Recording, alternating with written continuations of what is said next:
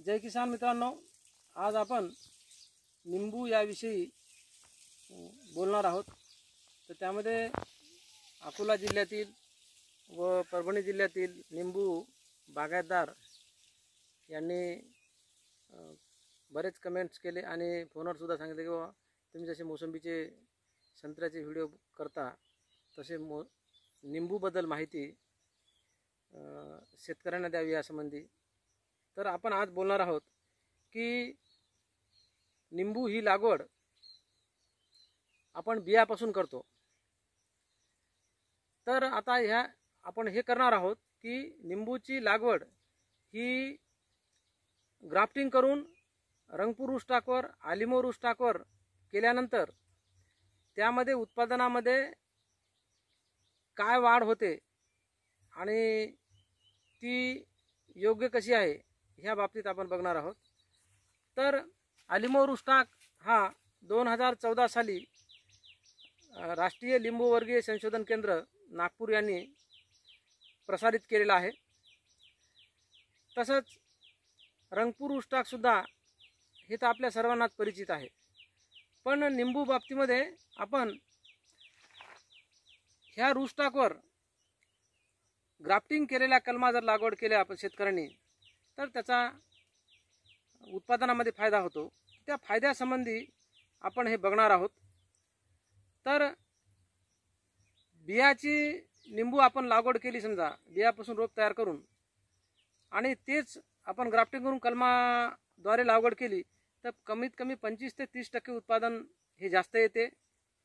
त्यामध्ये साईज एकसारखी येते, फळाची चमक वाढते आणि मार्केटमध्ये गेल्यावर त्या फळाला चकाकीपणा येत असल्यामुळे ग्राहक आकर्षित जातो। त्याच्यामध्ये रूस्टॉक प्रमाणे त्या टिकवण क्षमता वाढते, बागाची लाईफ वाढते, आयुष्यमान वाढते।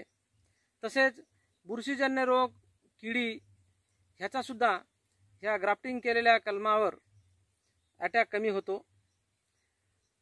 बियाचे झाड, बियापासून निंबू लावलेले झाड हे वेडे वाकडे वाढते, तर रूस्टॉकपासून लावलेलं झाड आलिमो किंवा रंगपूर हे सरळ वाढते आणि कॅनॉपी ही पण चांगली डेरेदार होते। तसेच पाणी टंचाईमध्ये ह्या रूस्टॉकवर लागवड केलेल्या झाडामध्ये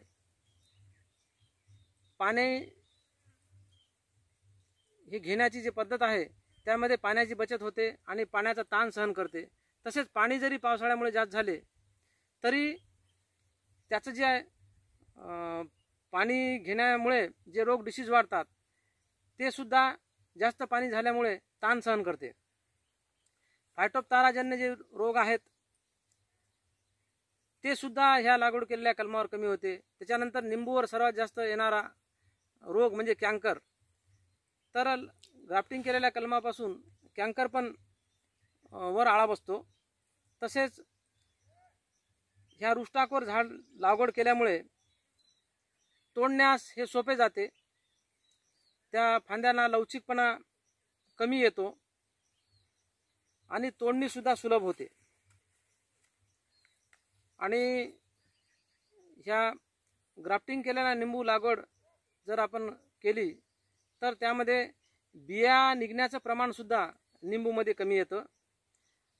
अन्नद्रव्य शोषून घेण्याची व फोटोसिंथेसिस जास्त होत असल्यामुळे फळाचं वजन व रसाचं प्रमाण पण वाढते।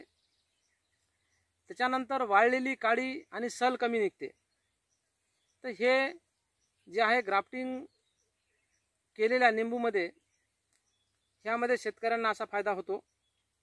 तर ही एक खर्चिक बाब आहे, कारण आपण रोपाचे निंबू जे आहे ते सर्वत्र इझिली उपलब्ध होते, पण नर्सरी धारकांना आपल्याला जर आलिमोर स्टॉकवर, रंगपूर स्टॉकवर निंबू जर घ्यायचा असेल तर त्यांना 3-4 महिने अगोदर सांगून आपण त्यांच्याकडून कलमा बनवून घ्यावा लागते। हे सहजासहजी उपलब्ध होत नाही आणि थोडा जरी कलमाचा खर्च जरी वाढत असला तरी उत्पादनामध्ये 30 ते 35% वाढ होते।